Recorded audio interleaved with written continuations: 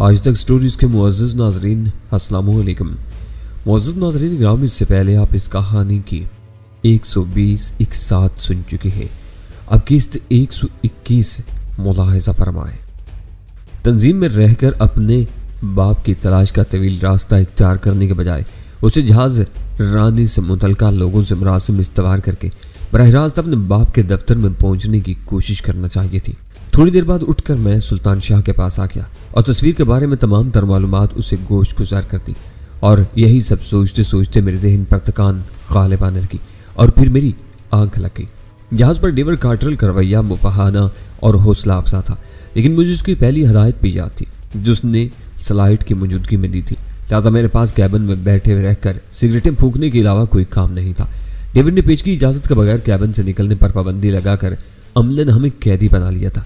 उसके साथ मैनोशी करते हुए मुझे उस पाबंदी से पैदा होने वाली कोफ्त का ज़रा भी ख्याल नहीं रहा, वरना मैं उससे दोस्ताना फिजा में दोबारा उस मौजू पर बात कर लेता। जहाज़ में मुहिम से इर्ताज के साथ ताकतवर इंजनों की धमक भी सुनाई दे रही थी, जिसका मतलब था कि जहाज़ हस्बे प्रोग्राम लमकर उठा चुका था। लेकिन इंटरकॉम पर 3 मरतबा कोशिश के बावजूद डेविड से रब्ता न हो सका। ऐसा मालूम हो रहा था जैसे जहाज़ की हरकत में आते ही उस पर काम का दबाव बढ़ गया हो। उस वक्त मेरी रस्ट वॉच 12 बजा रही थी, जिसका मतलब था कि जहाज़ को अपने सफ़र का आगाज़ की काफ़ी देर हो चुकी थी और शायद कुछ ही देर बाद दोपहर के खाने का आगाज़ होने वाला था। मैंने उठकर दरवाजे का अंदरूनी बुलेट गिराकर दरवाजे का हैंडल घुमाया तो दरवाज़ा बाहर से बंद नहीं किया गया था, लेकिन मसला उस पेशगी इजाज़त का था। मैं डेविड से बात किए बगैर बाहर निकल कर कोई ना कुछ गवार सूरत हाल पैदा नहीं करना चाहता था। मैंने इंटरकॉम के साथ 24 दीवार पर लटकी हुई फेरिस में जहाज़ के रेडियो रूम का नंबर तलाश किया और ऑपरेटर पर डेविड कार्टरल से अपनी मुलाकात की ख्वाहिश का इजहार कर दिया। मेरा ख्याल था कि वो उसे तलाश करके मेरा पैगाम पहुंचा देगा। 1:30 बजे के करीब डेविड अपने काम से फारिग होकर सीधा हमारे पास आया था। अब तुम केबिन से निकल सकते हो, लेकिन नीचे का रुख नहीं करोगे। ये रायत मैं तुम्हें 100% अपनी जिम्मेदारी पर दे रहा हूँ और उम्मीद करता हूँ कि तुम मेरे अल्फाज की पासदारी करोगे। उसने दोस्ताना अंदाज में मेरे कंधे पर हाथ रखकर कहा था, बहुत बहुत शुक्रिया। मैंने शुक्र आमेज लहजे में कहा, हम पूरी एहतियात रखेंगे। नाश्ते के वक्त तुम दोनों बेखबर सोए हुए थे। खाने की ख्वाहिश हो तो डाइनिंग हॉल में चले जाना। जो नाज शराफत का मुजाहरा करते हुए कहा, चाहो तो अरशे पर कुछ वक्त गुजार सकते हो। इस वक्त मतला अबरूद है, लेकिन समंदर पुरसकून है और हम 55 नाट की रफ्तार से सफ़र कर रहे हैं। दुआ करो कि मौसम ऐसा ही रहे तो सफ़र खुशगवार गुजरेगा। मालूमात फराहम करने का शुक्रिया। क्या तुम हमें थोड़ा सा वक्त दे सकोगे? इस वक्त मुश्किल है, उसने मुसलमाना लहजे में कहा। बदकिस्मती से इस जहाज़ पर मेरा पहला मगर इस जहाज़ का आखिरी सफ़र है, इसलिए मुझे बहुत कुछ देखना पड़ रहा है। जब तक हम फ्रांस और बरतानिया के दरमियान सफ़र करते हुए इंग्लिश चैनल से बहिरा ओकियानूस में दाखिल नहीं हो जाते, मैं चैन से नहीं बैठ सकूंगा। ठीक है, मैं इंतज़ार कर लूँगा। मैंने उसकी बात काट कर बेपरवाही से कहा और वो उजलत में वहाँ से निकलता चला गया और हम दोनों भी कैबिन से निकल आए। हमारे पास कोई कीमती सामान नहीं था, लिहाजा मैंने कैबिन के गैर मुकफ़िल दरवाजे को यूं ही बंद कर दिया। अलबत्ता सिल्वर आई मैंने एक पट्टी के साथ अपने पेट पर बांध दी थी, क्योंकि उससे मुझे बहुत सी तवक्कात वाबस्ता थी। उस मुहिम में वो सिक्का कहीं भी काम आ सकता था। सीधा तय करते हुए हम अरशे की तरफ बढ़े तो समंदरी लहरों के साथ 2 हैकल जहाज़ के हचकोलों का एहसास वाज़ेह होने लगा, जबकि डेविड की इस्लाह में समंदर पुरस्कून था। मेरी दानिश में उसकी एक वजह यह भी थी कि जहाज़ पर माल नहीं लदा हुआ था। पाकिस्तानी खरीदार की ख्वाहिश पर जहाज़ के वसी और अरीज कार्गो होल्ड में जो कुछ लादा गया था वो ऊँट के मुंह में जीरे से ज़्यादा वजन का हामिल नहीं रहा था। वजन की उस कमी की बिना पर सतह समंदर पर रोजाली की बुलंदी मामूल से ज़्यादा महसूस हो रही थी, जो हचकोलों की शिद्दत में इजाफे का सबब बन रही थी। जंग खोरदा आही चादरों और 24 शैतीनों पर मुश्तमिल अरशा वैरान पड़ा हुआ था। घड़ी के हिसाब से दिन काफ़ी गुजर चुका था, लेकिन आसमान पर गहरे सुरमई बदलियां उस तरह बिखरी हुई थीं कि सूरज की एक शुआ भी नजर नहीं आ रही थी, जिसकी वजह से सर्दी बढ़ी हुई महसूस हो रही थी। अरशे के दोनों तरफ तहद्दे नज़र समंदर का नील को पानी झाग उड़ाता लहरें ले रहा था और खुशकी का दूर तक पता नहीं था। अगर ये खुशगवार मौसम है तो ख़राब मौसम तो वाकई खौफनाक होता होगा। सुल्तान शाह ने हाथों को हरारत पहुँचाने के लिए बगलों में दबाते हुए कहा, मलाहों की ज़ुबान में मौसम का ताल्लुक जहाज़ के कुल पुर्जों के रद्द अमल से होता है। रवानी के लिए शायद यही मौसम बेहतर होगा। मैंने नालून और फुलादी तारों के बने हुए मोटे मोटे रस्सों के बंडलों से बचकर अरशे के एक दुरफ्तादा हिस्से में पड़ी हुई कुर्सियों की तरफ बढ़ते हुए कहा, हम बाकी ज़्यादा देर तक न रुक सकेंगे। खुला आसमान और खुशगवार मौसम तो देख ही लिया है, शाम होते होते गहरी कोहर आ लेगी। मेरी मानो तो यहाँ बैठकर नमूनिये का खतरा मोल लेने के बजाय नीचे वापस चलूँ। वो फुरीरने लेते हुए बोला, कहीं जहाज़ के साथ ही हमारा भी आखिरी सफ़र न बन जाए। मैं हंसते हुए वापस हो लिया। डेविड ने बताया था कि जहाज 55 नाट की रफ्तार से सफर कर रहा है, जिसका सबूत ताकतवर इंजनों के शोर और धुआं उगलती चिमनी से भी मिल रहा था। लेकिन समंदर की तरफ देखने से किसी हरकत का एहसास नहीं होता था। यूं मालूम हो रहा था जैसे वो जहाज झाग उड़ाते समंदर के बीच में साकत खड़ा दाएं बाएं झूल रहा हो। इधर कहीं फ्रांस का साहिल होगा और उस तरफ बरतानवी इलाका है। मैंने अंदाजे से सुल्तान शाह को बताया, क्योंकि खुले अरचे पर समतों की रहनुमाई का कोई सरिया नहीं था। हर शनाख्त समंदर के बेकरार सीने में गुम हो गई थी। बहेरा मुंजमंद भी यहीं कहीं शुमाल में होगा। उसने बुरा समूह बनाकर कहा, उल्लू के पट्टे ने हमें ठंड फांकने के लिए इतना हाँक दिया और खुद अपने आदमियों समेत जहाज के गर्म हिस्सों में दुबका हुआ है। शायद तुम्हें भूख लग रही है। मैंने उसकी पूंछ पर हाथ जमाते हुए कहा, अब इतनी भी ठंड नहीं है कि तुम्हारा दम निकलने लगे। खाने के बाद हम ओवरकोट वगैरह पहनकर ऊपर आएंगे। जरूर आना, लेकिन मेरे नहीं बल्कि डेविड के साथ आना। वो बोतल भी जरूर साथ लाएगा। अपने फ्लोर पर पहुंचकर हम जरा ठिठके थे कि एक पतली सी जरादारी से झुलसी हुई रंगत लेकिन तीखे नकूश वाला एक यूनानी मल्लाह अपनी मैली डांगरी में न उतार हुआ। मैंने उससे डाइनिंग हॉल के बारे में इस्तफसार किया तो वो टूटी फूटी अंग्रेजी में रास्ता समझा कर लाताल्लुकाना अंदाज में अपने रास्ते पर हो लिया। खाने का असल दौर शायद खत्म हो चुका था, क्योंकि जब हम डाइनिंग हॉल में पहुंचे तो वहां जहाज के अमले के सिर्फ 3 अफराद नजर आए, जो सफेद फार्मिका की मेजों पर मौजूद थे। हमारे दाखिल होते ही उनमें से एक हमें देखकर बदतमीजी के साथ ऊंची आवाज में हंसा था। फिर वो तीनों ही हमें यूं इस्तेजाइया निगाहों से घूरने लगे जैसे हमारी पेशानियों पर सींग उखाए हो। उन्हें नजरअंदाज करने की कोशिश करो। मैंने सुल्तान शाह के बदलते हुए तेवर भांप कर जल्दी से कहा, इन उजड़ लोगों से उलझकर हम खिसारे में रहेंगे और तमाशा बन जाएंगे। डाइनिंग हॉल में किचन के करीब एक लंबी सी मेज पर खानों की भरी हुई डिशें धीमी लो के चूल्हों पर सजी हुई थी और दोनों सिरों पर कराकरी के ढेर मौजूद थे। मेज के पीछे सिर्फ एक आदमी मौजूद था, जो शायद चाय, चीनी या मसालों वगैरह की फराहमी का जिम्मेदार था। दियारे फिरंग हमारे लिए अजनबी नहीं रहा था, मगर सुल्तान शाह खाने के मामले में बहुत मोहतात था।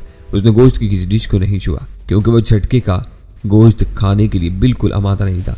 सब्जियों और सलाद से अपनी प्लेट भरकर वो मेरी तरफ मुतवज्जा हुआ और हम उस मौजू पर कोई बात किए बगैर एक ऐसे गोशे की तरफ बढ़ गए जहाँ उन 3 शरपसंदों की तरफ से किसी इस्तालंगेजी का इम्कान नहीं था। इस जहाज पर हर चीज थोड़ा छाप है, सुल्तान शाह बैठते हुए बोला। ना मेज पोश है ना नैपकिन, जबकि नैपकिन तो इनके घटिया तरीन होटलों में भी फराम किए जाते हैं। अमले की हालत तुम देख ही चुकी हो। मेज पोश हर सर्विस के बाद धुलवाने पड़ जाएंगे। काले पीले लिबास के साथ यही मुनासिब है। सफाई सुथराई हर चीज़ का अजाला कर देती है। मैंने जवाब दिया, मेरा ख्याल है कि तुम्हारी अमले से मिल बैठने की कोशिश कामयाब न हो सकेगी। वो चंद सानियों के तवक्कुफ के बाद बोला, ये लोग बाहर के किसी आदमी को अपने में कबूल करने पर आमादा नजर नहीं आते। वो कुछ ऐसा इलम आता कि सुल्तान शाह के खामोश होते ही उसकी क्या सराई की तरदीद का मौका फराम हो गया, क्योंकि दरवाजे से जुनास डाइनिंग हॉल में दाखिल होता नजर आया था। वो वही यूनानी था जिसने हमारी आमद के बाद चरखी के जरिए सीढ़ी ऊपर की थी और शायद अंग्रेजी भी खासी जानता था। उसके जिस्म पर वर्दी के बजाय करीने का गर्म सूट चढ़ा हुआ था, जिससे जाहिर हो रहा था कि वो जहाज में किसी साफ सुथरे दफ्तरी काम पर ममूर था, जिसके लिए हुलिया खराब करना चंदा जरूरी नहीं था। किचन के करीब वाली मेज से अपनी प्लेट साफ करके वो यूं ही फारिग हुआ। मैंने अपनी जगह से उसका नाम लेकर पुकारा और उसको दावत दी कि वो अकेला हो तो हमारी ही मेज पर आ जाए। उसने घूमकर कदरे हैरत से हमारी तरफ देखा था, फिर इत्मीनान से हमारी तरफ चला आया था। उसकी आंखों से शनासाई का इजहार हो रहा था और लबों पर मुस्कुराहट रक्सा थी। तो तुम्हें कैबिन छोड़ने की इजाजत मिली गई? उसने कुर्सी संभालते हुए तबसरा किया। डेविड बहुत अच्छे दिल का आदमी है। हमारे बारे में उसने बहुत जल्दी अंदाजा लगा लिया कि हमारी नीयतें साफ हैं। मैंने कहा, लेकिन कैबिन छोड़कर हम भी यहाँ तनहा थे। दूसरी तरफ बैठे हुए तीनों मजदूरों ने तो हमें देखते ही इस्तेहाल दिलाने की कोशिश की थी। अब तुम मिले हो तो जरा जुबान की भड़ास निकल सकेगी। वो तीनों ही बदमाश हैं, अपने हिस्से का काम भी दूसरों पर लाद देते हैं और ड्यूटी का वक्त इधर उधर बैठ कर ज़ाया कर देते हैं। डेविड नया आदमी है। मैंने दनिस्ता उन तीनों के बारे में उसे कुछ नहीं बताया, मगर मुझे यकीन है कि वो अपनी नफरी में 3 की कमी बुरी तरह महसूस कर रहा होगा। तो इनकी छुट्टी क्यों नहीं कर दी गई? बस आखिरी सफर की राह समझ लो। वैसे इनमें से 2 सिमंस एसोसिएशन के जनरल सेक्रेटरी के रिश्तेदार हैं। इसी जोम ने उनके दिमाग खराब किए हुए। इसका मतलब ये हुआ कि तुम काफ़ी अरसे से इन्हें भुगत रहे हो। कब से हो इस जहाज़ पर? मौका पाते ही मैंने एक लम्हे की भी ताखीर के बगैर अपने मतलूबा सवाल की बुनियाद डाल दी। इस जहाज़ पर तो ये मेरा 28वां सफ़र है। पहले मैं इसी कंपनी के दूसरे जहाज़ पर था। इनमें से 2 वहाँ भी मेरे लिए सुहाने रूह बन रहे थे, पर यूँ समझ लो कि पिछले 3 साल से इनसे तकरीबन मुसलसल वास्ता पड़ा हुआ है। तुम्हारी कंपनी इंग्लिश है? मैंने सवाल किया। नहीं, यूनानी कंपनी है। उसके सदर दफातर भी वही है। जिमी लॉयड की मशहूर किंग लाइन्स है। उसने ऐसे लहजे में कहा जैसे इस बारे में मेरी लाइल्मी उसके लिए हैरतनाक रही हो। और जिमी लॉयड से वाकिफ होना हर शख्स का बुनियादी फ़र्ज हो। वो खुद ऐसे लोगों पर निगाह नहीं रखता। मैंने मसनूई हैरत से सवाल किया। वो बहुत मसरूफ आदमी है, उसने फखरी लहजे में कहा। पूरा कारोबार उसके पेशावर मुलाजमीन चला रहे हैं। मैं 18 साल से उसकी मुलाजमत में हूँ, लेकिन आजकल उसकी सूरत भी नहीं देख सका। सुना है कि उसके और भी लंबे चौड़े कारोबार हैं और वह साल में अपना बेशतर वक्त आलमी दौरों पर गुजारता है। हैरत की बात है, मैं तो उसे मुकद्दर का धनी कहूँगा जो इतनी बेपरवाही के बावजूद कंपनी को मुनाफा में चला रहा है, वरना इस दौर में मुखलिस मुलाजिम कहाँ मिलते हैं। मेरा मशवरा है कि जहाज़ पर किसी से उलझने की कोशिश न करना। वो एकदम मौजू बदल कर हमदर्दाना लहजे में बोला। तुम्हारा सफ़र मुख्तसर सा है, इसे ठंडे माथे से ही तुम बेहतर तौर पर गुजार सकोगे। मशवरे का शुक्रिया, मैं भी इस बात को समझता हूँ, मैंने मुस्कुराते हुए कहा और फिर गुफ्तगू वहीं ख़त्म करने का फैसला कर लिया, क्योंकि जिमी लाइट के बारे में 18 साल की तवील मुद्दत में वो जो कुछ जान सका था वो उसने 2 फिक्रों में बता दिया था और अब उससे मजीद कोई कारआमद बात मालूम करने की उम्मीद नहीं थी। खाने के बाद हम दोनों 5 नंबर कैबिन में लौट आए और अपने आइंदा लाहे अमल के बारे में बहस करके वक्त गुजारने की कोशिश करने लगे। उसे इस्ना में 4 बजे के बाद इंटरकॉम पर डेविड ने पैगाम दिया कि वो फारिग हो चुका है और मैं उससे उसकी कैबिन में मुलाकात कर सकता हूँ। डेविड कार्टर अपने आरामदेह और गर्म कैबिन में नहा धोकर गाउन पहने बिदकल्फी के माहौल में मेरा मुंतजिर था।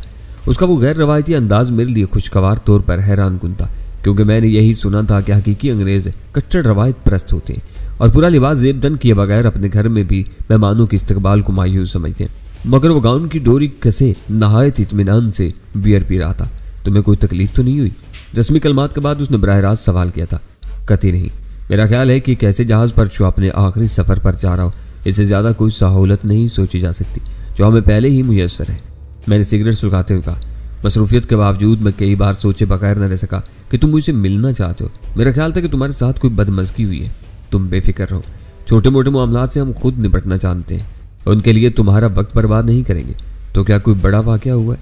उसने मेरी आंखों में देखते हुए पुरतजस्सुस लहजे में सवाल किया। वाक़या कोई नहीं हुआ, बस मैं ज़रा इस तस्वीर को करीब से देखना चाह रहा था। मैं दीवार पर आवेजा जिमी लाइट की तस्वीर की तरफ इशारा करते हुए धड़कते हुए दिल के साथ कहा, इस तस्वीर के बारे में तुम ज़रूर कोई ख़ास बात जानते हो जो मुझसे छुपा रहे हो। वो अपनी नज़रें मेरे चेहरे पर जमा कर मजबूत लहजे में बोला, मेरा अंदाज़ा है कि सुबह तुम मेरे कैबिन में दाखिल होते हुए यही तस्वीर देख कर ठिठके थे। तुम्हारा अंदाज़ा दुरुस्त है। दरअसल मैं पहले भी एक ऐसी ही तस्वीर देख चुका हूँ जो बोलने पर भी कादर थी। मैं नबेतुल लहजा में एक सोचा समझा जवाब दिया और वह हैरत से अपनी कुर्सी पर उछल पड़ा। क्या कह रहे हो? भला तस्वीरें भी कभी बोलती हैं? उसने बुरा सा मुंह बनाकर तल्ख लहजे में कहा, जैसे मैंने उसके साथ कोई भोंडा मजाक करने की कोशिश की हो। नहीं बताना चाहते तो मैं तुम्हें मजबूर नहीं कर रहा जो तुम यूं बेसरोपा कहानी सुना रहे हो। मैं संजीदा हूँ मिस्टर डेविड कार्टरल, मैंने संजीदगी के साथ कहा। पहली बार मैंने आवाज़ सुनी तो मुझे भी वहम हुआ था कि तस्वीर के लब हिले, लेकिन आवाज़ दरअसल तस्वीर के फ्रेम में पोशीदा एक लसिल्की मवासलाती रिसीवर से उभरी थी, जिसका राज फ्रेम तोड़कर ही फाश हो सका था। ओह, उसकी तनी हुई तेवरियाँ यक बयक ढीली पड़ गई। ये तस्वीर तो न जाने कब से यहाँ लगी हुई है। अगर इसमें कभी कोई आवाज़ उभरती होती तो मुझे ज़रूर बताया जाता।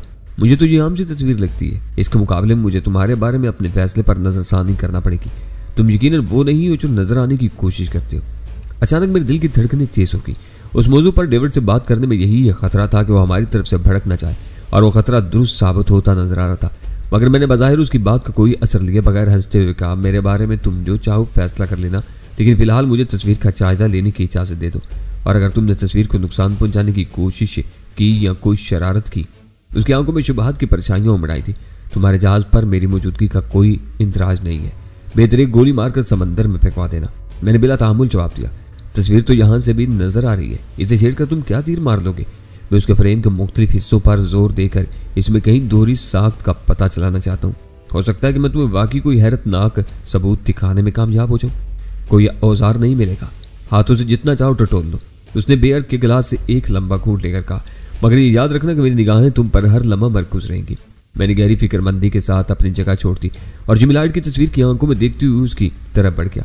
पहले मैंने एक तपाई पर खड़े होकर तस्वीर को छेड़े पकड़ गौर से तस्वीर और पूरे फ्रेम का जायजा लेटाला, लेकिन उसमें कहीं भी कोई गैर मामूली बात तलाश करने में कामयाब न हो सका। फिर मैंने दोनों हाथों से मजबूत चौबी फ्रेम के हर हिस्से पर दबाव डालना शुरू कर दिया, लेकिन फ्रेम अपनी जगह से टस से मस न हो सका। सर के बल खड़े होकर देखो तो शायद कुछ मिल ही जाएगा। डेविड की इस्तज़ाइया आवाज़ मेरे कानों में आई। मुझे भी यही महसूस हो रहा है। मैंने चौबी फ्रेम पर अपना काम जारी रखते हुए जवाब दिया, ज़्यादा अफसोस इस बात का होगा कि मैंने अपने साथ तुम्हारा भी कीमती वक्त बर्बाद किया। चंद सानियों के लिए कैबिन की फिजा पर बोझल सकूत छा गया। मैं फ्रेम की ऊपरी लकड़ी पर तवाज़ माई कर रहा था कि अचानक केवन डेविड की पुरजोश हज़ानी आवाज़ से गूंज उठा, हटो, तस्वीर से दूर हटो, ये रंग बदल रही है। मैंने बुखलाहट में तबाही से छलांग लगा दी। डेविड अपनी कुर्सी छोड़कर खड़ा हो गया था और हैरत से मुंह फाड़े तस्वीर की तरफ यूं निगरान था जैसे वो होले होले जिंदा हो रही हो। उसकी हैरत और महवियत को देखते हुए मैं भी पंजों के बल तस्वीर की तरफ घूमा और ये देखकर हैरान रह गया कि तस्वीर तेजी के साथ सुर्खी माइल रंग बदलती जा रही थी और पूरी तस्वीर की ऊपरी सतह पर ऐसी चुरियां नमूदार हो गई थी जैसे तस्वीर अंगारों पर रखती गई हो। ये सूरत वो मुश्किल चंद सानियों तक बरकरार रही, फिर पूरी तस्वीर अचानक चल उठी। दीवार पर शोलों की लपक देखते ही डेविड बदहवास हो गया और गाउन ही में कैबिन का दरवाजा खोलकर बाहर निकल गया और मैं सहरज़दा अंदाज में चली हुई तस्वीर की राख को कालीन पर गिरते देखता रहा। तस्वीर के साथ ही उसकी पुष्ट पर लगा हुआ गत्ता और चौबी फ्रेम भी चलना शुरू हो गया था। डेविड आग बुझाने का एक आला उठाए फौरन ही वापस आया था और उसने पाइप के सिरे पर लगा हुआ लीवर दबाकर जैसी तस्वीर पर धार मारी, अचानक उसके हल्क से चीख निकल गई। यूं मालूम हो रहा था जैसे किसी ताकतवर इफरीत ने उसे पूरे वजूद से हिला कर रख दिया। पाइप उसके हाथ से छूट गया और वो खुद भी बेदम सा होकर कालीन पर गिर गया। उसका चेहरा खौफ से धुआं हो रहा था और दहशत से पटी पटी आंखें तस्वीर के सुलगते हुए ढांचे पर यूं मरकूज थी जैसे उसे धुएं की आड़ में जिमी लाइट का भूत नजर आ रहा। उसके हाथों पर गिरने के बाद भी तशन्नुज तारी था। कहने में यह था कि उस सारी हंगामा आराई और डेविड की चीखों के बावजूद किसी ने दखल अंदाजी नहीं की थी, या शायद खुशकिस्मती से उस वक्त जहाज का वो हिस्सा वैरान ही पड़ा हुआ था। इस कैबिन से निकल चलो, डेविड के हल्क से सरसराती हुई फंसी फंसी आवाज बरामद हुई। यह तस्वीर आसेबी थी, इस पर धार मारते किसी नादीदा वजूद ने मुझे हिला कर रख दिया था। खौफ से उसकी हालत गैर हुई चाह रही थी। कुछ नहीं, ये सब सबूत साया करने के लिए शोभताबाजी थी। मैं तसल्ली अमेज लहजा में कहा, तस्वीर और गत्ते के दरमियान ताकतवर बरकी हीटर पोशीदा थे जो फ्रेम में पोशीदा कोई खुफिया स्विच दबते ही ऑन हो गए और तस्वीर खाकस्तर होगी। तुमने आले से जो धार तस्वीर पर मारी उसके जरिए तुम्हें बरकी झटका लगा होगा, क्योंकि आग बुझाने के आम आले बिजली की आग पर खतरनाक साबित होते हैं। तुम यहीं ठहरो, मैं बिजली की आग बुझाने वाला आला तलाश करके लाता हूँ, वरना सुलगती हुई लकड़ियां फिर भड़क उठेंगी। इंटरकॉम पर किसी से कह दो तुम यहीं ठहरो। वो वाकई बिजली का ताकतवर झटका था, बदन से सारी जान निकल गई है।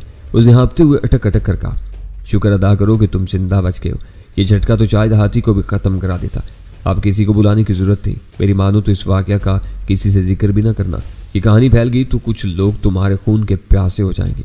उसकी सारी अकड़फू रफा हो गई थी और वह सहमे हुए किसी फरमान बरदार बच्चे की तरह तवज्जो से मेरी बात सुन रहा था। मैं कैबिन से निकला और राहदारी के सिरे से बिजली की आग बुझाने वाला आला उठा लाया। जली हुई तस्वीर में से हीटर के कई तार टूट कर बाहर निकल आए थे और वही डेविड की खुश नसीबी थी। अगर जलते हुए तार फोम कंपाउंड की ठंडी धार पड़ते ही टूट न जाते तो शायद हजारों वाट की बरकी लहर आनन फानन उसके बदन को जलाकर स्याह कर देती। मैंने अपना लाया हुआ आला एहतियात के साथ इस्तेमाल करके पूरी आग सर्द कर दी। उस दौरान में डेविड कार्टरल कालीन से उठकर थके हुए अंदाज में बिस्तर पर गिर गया था। लिहाजा मैं एक मरतबा फिर तस्वीर के बाकी मांदा फ्रेम की तरफ मुतवज्जा हो गया, क्योंकि उस हैरतनाक आतिशजनी के बाद मेरे नथनों ने प्लास्टिक और फाइबर के जलने की बूंद नुमाया तौर पर महसूस की थी, जबकि तस्वीर में वो मादे कहीं इस्तेमाल नहीं होते थे। थोड़ी सी कोशिश के बाद मैं तस्वीर तक आने वाली पोशीदा बरकी तारों के सिरे तलाश करने में कामयाब हो गया, जो दाहिनी तरफ से फ्रेम के नीचे आए थे। उन्हें अलहदा करके मैंने अध जले फ्रेम को दीवार से अलग करना शुरू कर दिया, जो आग से महफूज किसी मसाले की चादर से खड़ी की गई थी। तस्वीर अपने सारे लवाजमात के साथ खाकस्तर हो चुकी थी, लिहाजा फ्रेम की ऊपरी लकड़ी के नीचे का खोखला हिस्सा बहुत आसानी के साथ नजरों में आ गया, जहाँ प्लास्टिक और नन्हे नन्हे इलेक्ट्रॉनिक पुर्जों पर मुश्तमिल एक जला हुआ ढेर पोशीदा था। उस ढेर को निकाल कर मेरे बदतरीन खदशात की तस्दीक होगी, क्योंकि जलने से पहले वो अशिया यकीनी तौर पर किसी ताकतवर ट्रांसमीटर की सूरत में रही होगी। मगर मैंने डेविड की हद तक अपनी बोलती हुई तस्वीर की कहानी पर जमे रहने का फैसला कर लिया था।